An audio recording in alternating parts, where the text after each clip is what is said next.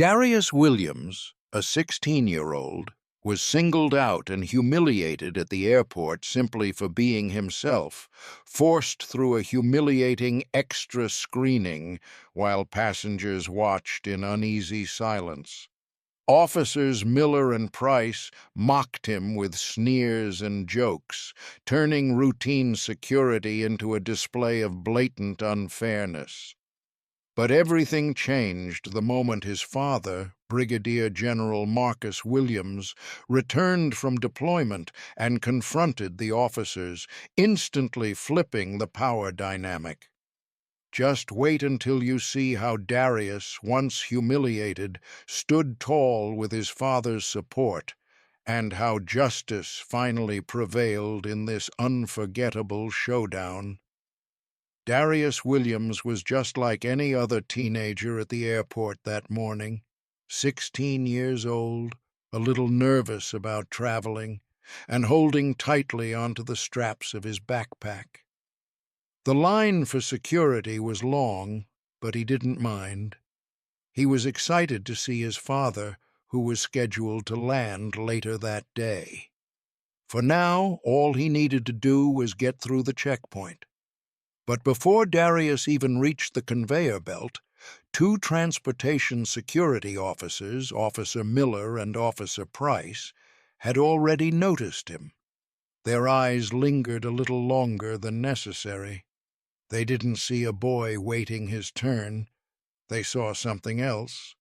And instead of offering the calm professionalism passengers expected, they exchanged glances and subtle grins, as if sharing an inside joke. "Look at this kid," Miller muttered under his breath, though his tone was loud enough to carry to the people standing nearby. "Bet he's up to something." Price smirked. "Yeah, backpack probably stuffed with stolen sneakers," he added, shaking his head as though the idea was amusing. A few passengers in line turned their heads, curiosity flickering in their eyes. Darius felt the weight of their stares. His stomach tightened and a flush of heat crept up his neck. He hadn't done a single thing wrong, hadn't even spoken, but suddenly he was the center of unwanted attention. The officers didn't stop there. Their remarks became sharper, picking apart everything they could about him. "Check out that hoodie," Miller said with a grin. "Real subtle, huh? Bet he thinks he looks tough." Price leaned closer, adding with mock seriousness, "Or maybe he's trying to hide something under it. What do you think?" Their laughter echoed faintly in the security area. It wasn't loud enough to be a full scene, but it was just enough to humiliate. Darius's fists tightened around the straps of his backpack. He lowered his eyes to the floor, hoping if he didn't react, they would move on. But they didn't. Miller pointed at Darius's hair, whispering something that made Price chuckle again. Each word was like a pebble thrown into still water, rippling outward, drawing glances and whispers. The passengers behind him shifted uneasily. Some looked down at their phones, pretending not to notice. Others stole glances at the boy and then at the officers, their expressions uncertain. No one stepped in. No one said a word. Darius's heart pounded. He wanted to speak up, to defend himself, but he could already imagine what would happen if he did. His father had always told him, "Son, sometimes the best way to stay safe is to stay calm." But calm was hard when every word chipped away at his dignity. It wasn't just teasing, it was being singled out, treated differently, made to feel small in front of strangers. The air around him grew heavy, pressing down until his shoulders slumped under its weight. The officer's words weren't just jokes. They were a message, spoken between lines.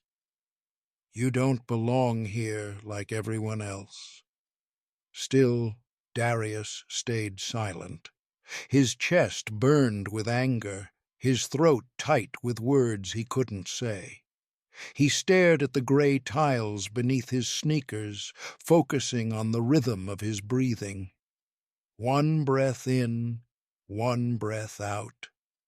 If he let his emotions take over, they would win. But the anger wouldn't go away. It grew with every snicker, every side-eye, every hushed whisper from strangers. It wasn't just humiliation anymore. It was the sting of being judged before he had the chance to show who he really was. In that moment, standing barefoot at the edge of the security lane with his belongings under suspicion, Darius felt the raw edge of unfairness.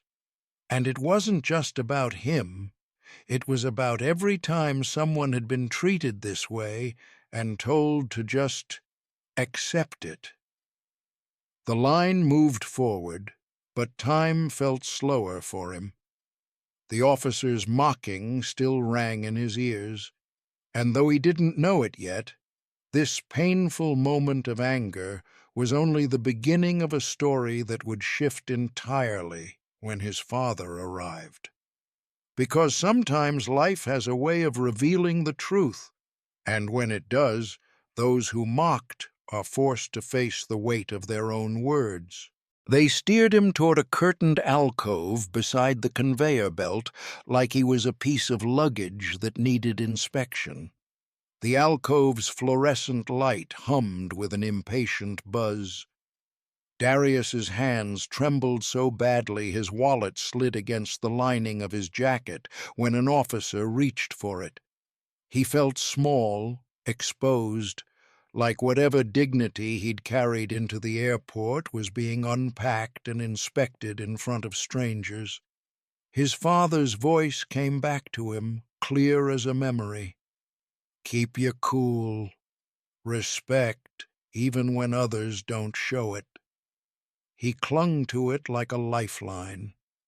Calm had been the rule for as long as he could remember, but the rule felt brittle now, snapping under the weight of what was happening.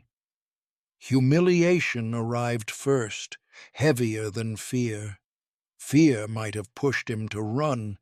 Humiliation pinned him in place. Officer Miller moved through the motions with a practiced air, as if this choreographed indignity were part of a daily routine. Officer Price barked questions that weren't really questions, the kind designed to unsettle rather than to inform. "What's in the backpack?" he asked, not waiting for an answer. "Anything you shouldn't be carrying?" Their eyes scanned his notebook, the scribbled math problems, the list of songs he liked, the letter to a friend he'd never mailed, through the lens of suspicion. They made him remove his shoes, then made him remove them again because protocol required a double check. The repetition felt deliberate, punitive. Each delay was a reminder. He did not have the automatic presumption of normalcy that the other travelers enjoyed. People behind him in line shifted. A few watched, some with pity, some with the curiosity of those who watch a staged event. One woman glanced away and then looked back, her lips pressed together. Another man filmed with his phone, angle careful, face impassive. The hum of the airport swallowed the quiet sounds of Darius's anger turning inward. When Price rifled through his notebooks, he flipped pages with an exaggerated theatrical air, making jokes under his breath in a tone meant to belittle. "Maybe he can't even spell his own name," he said, the words sharp and small. Miller snorted. Their laughter was clipped, not loud enough to be obvious, but loud enough to cut. Every whisper and snicker tightened something inside Darius, a wire twining around his ribcage. "Relax," Price sneered, then added a word that was both a command and a dismissal. "If you've got nothing to hide, you'll be fine." It wasn't an invitation to freedom. It was a reminder of who controlled the pace of his freedom. To Darius, it sounded like someone telling a plant to stop wilting while holding a flashlight to its face. The tears burned behind his eyes, familiar, unwanted heat that rose and wavered on the edge of falling. He could feel them, hot and angry, but he forced them back. His father had taught him that visibility could be weaponized. Showing weakness here could become ammunition later. So he swallowed. He clenched his jaw until his molars ached. He breathed in slowly, in through the nose, out through the mouth, measuring each breath like a metronome, trying to keep the tempo steady so he wouldn't crumble.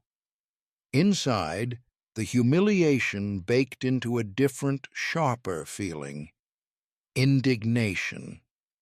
It wasn't simply about being treated unfairly. It was the way the officer's actions seemed effortless, part of a system that made this acceptable.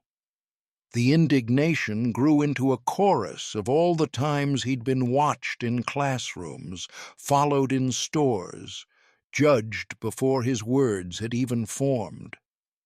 That memory-littered chorus swelled until the airport's announcements and the squeak of luggage wheels became background noise to the ache in his chest. A fellow traveler reached out, hesitated, then pulled back. No one took him by the elbow. No one offered a word of protest. The silence of the crowd pressed in, heavier than the fluorescent light overhead.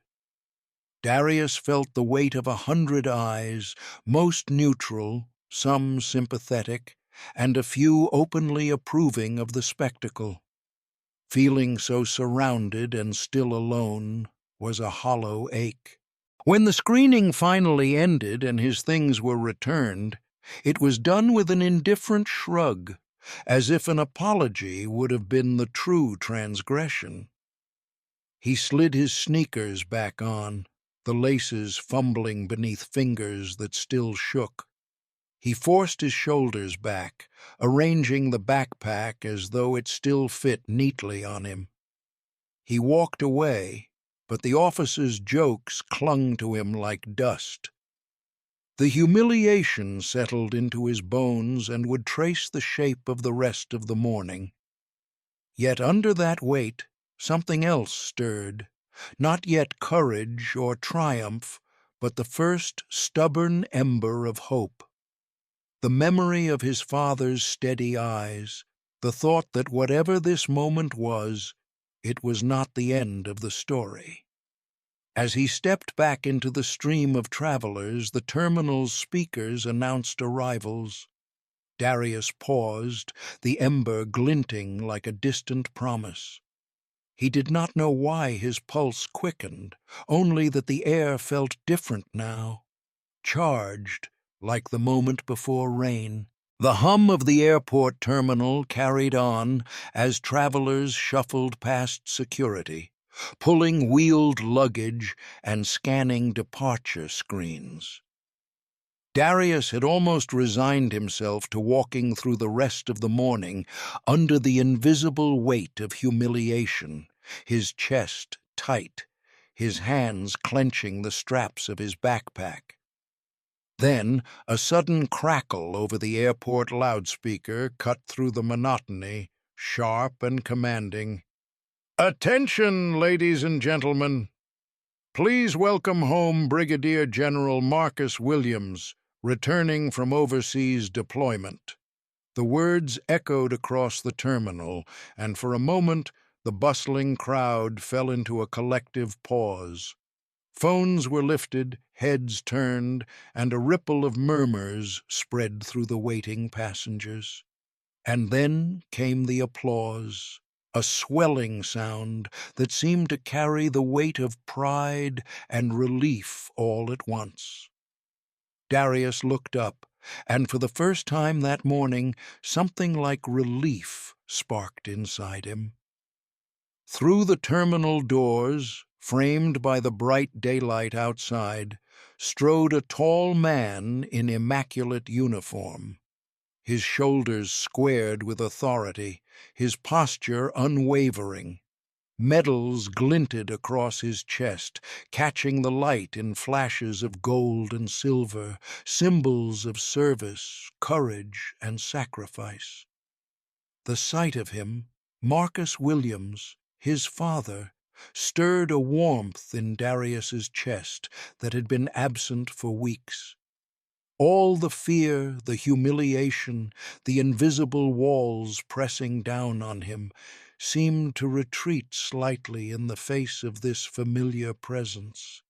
He felt it in the quiet hum of his own heartbeat, steady, slow, a reminder that someone he loved was here, powerful not just in rank, but in principle, in protection. The two officers, Miller and Price, who had seemed so untouchable just moments ago, froze mid-step, their postures stiffened, their smirks disappearing. The crowd began saluting instinctively, hands to hearts and foreheads, in acknowledgment of the general's arrival. Miller whispered to Price, disbelief coloring his voice, "Wait, that's the kid's father?" Darius's chest lifted, hope threading through the heavy knot of anxiety and shame. His father's eyes scanned the crowd, and then, for a moment that seemed to stretch longer than reality, they locked on his son. In those eyes, Darius saw recognition, concern, and an unspoken question. "Are you okay, son?" General Williams's gaze then shifted slightly, narrowing at the scene before him. The two officers still stood close, their badges gleaming, his son's scattered belongings lying unattended on the metal table beside them. Something in his expression sharpened. The subtle authority he carried wasn't just a title, it was a force, a presence that made the air itself tense, as if time had slowed around him. Darius's heartbeat quickened, not with fear this time, but with the tentative pulse of possibility.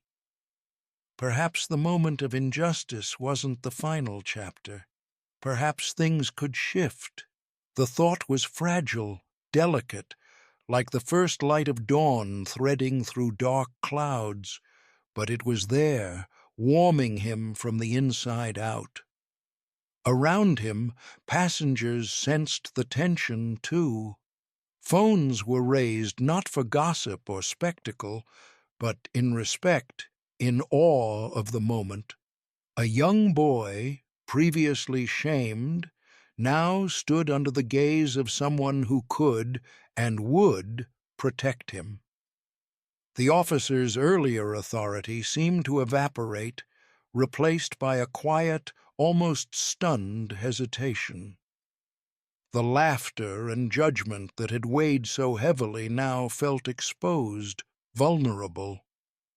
Darius straightened his back, feeling the first spark of courage. The oppressive weight on his shoulders lifted just a little, as if someone had reached out and removed the last invisible chain of doubt. He could breathe again. He could look forward. And in that heartbeat, he understood. The worst of the humiliation might be ending, and the hope he had clung to in whispers and memories of his father's words was becoming real. He met his father's eyes again, steady and unwavering. No words were necessary. Darius felt the ember of strength grow within him, fueled by the presence of the man he admired most. For the first time that morning, the terminal didn't feel heavy or cold. It felt alive with the possibility of change, of protection, and finally, of justice. And in that instant, Darius knew the story had just begun to turn. The hum of the terminal seemed to fade as General Marcus Williams strode forward, each step measured, deliberate, and resonant. His polished boots echoed sharply against the floor tiles, a sound that drew every eye toward him. The applause from the crowd hadn't even fully subsided when he stopped directly in front of the two TSA officers who had been mocking his son. In that instant, the air changed. It was no longer filled with ordinary airport noise. It was charged, taut with authority and expectation. "Is there a reason my son is being harassed?" His voice was clear, sharp, and unwavering, carrying the weight of command, every syllable cut through the air like a precise blade. The officers stiffened, their earlier smirks gone, replaced with a growing unease that made their attempts at dominance evaporate. Miller's mouth opened, then closed, then opened again, the words stumbling out awkwardly. Sir, we were just doing a random check," he said, the hesitation in his voice betraying the rehearsed calm he had tried to maintain just minutes ago. General Williams didn't flinch.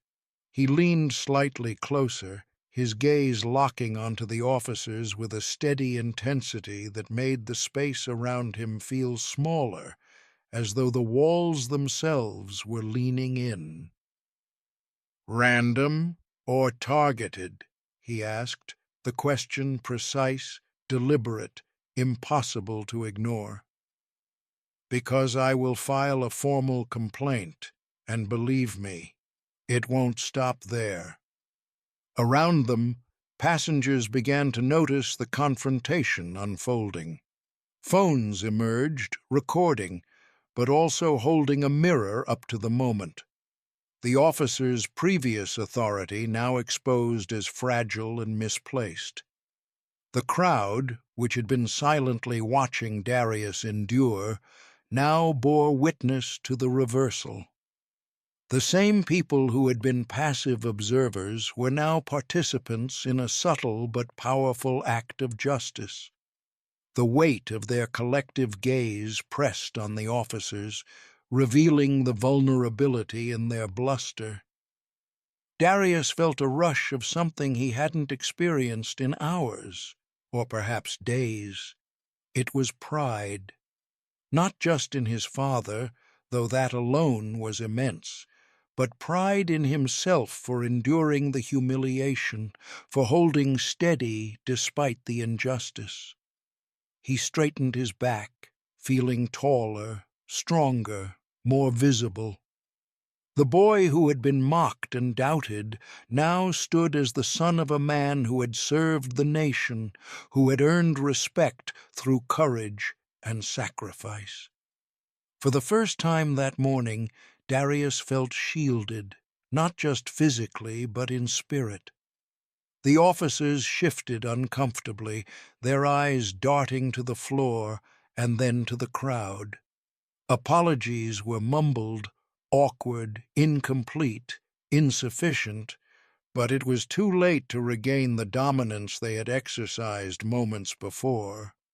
Justice had flipped, and the terminal seemed to hum with a new energy. Fairness had a voice again, and it had arrived in the form of a father protecting his child. The crowd erupted in renewed applause, not just for General Williams, but for Darius.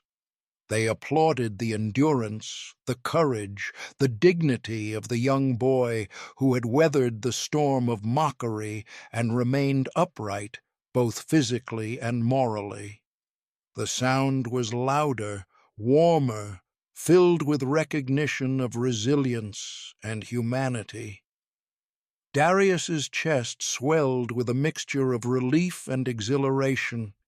As he walked toward his father, each step felt lighter than the last. His father's hand rested on his shoulder, steady, grounding, reassuring. There was a quiet triumph in that touch, an affirmation that the injustice he had suffered had been acknowledged and addressed. Every shadow of shame that had clung to him since the encounter began to fade, replaced by something enduring, self-respect, pride, and the knowledge that dignity could not be taken unless he allowed it. "Respect yourself, even when others won't," his father said softly as they walked. Darius nodded, feeling the words settle deep inside him. Because one day the world will have no choice. The terminal, once heavy with tension and humiliation, now felt alive with hope. Every face watching, every camera recording, every hand clapping contributed to a moment of shared justice and inspiration. Darius knew this day would stay with him forever, not as the day he was mocked, but as the day he learned the power of resilience, the strength of dignity, and the undeniable force of standing tall in the face of unfairness. And in that walk out of the airport, shoulder to shoulder with the man he admired most, Darius felt the first true certainty of his life. No mockery, no injustice, no whispered doubt could ever define him, not when courage and integrity stood beside him.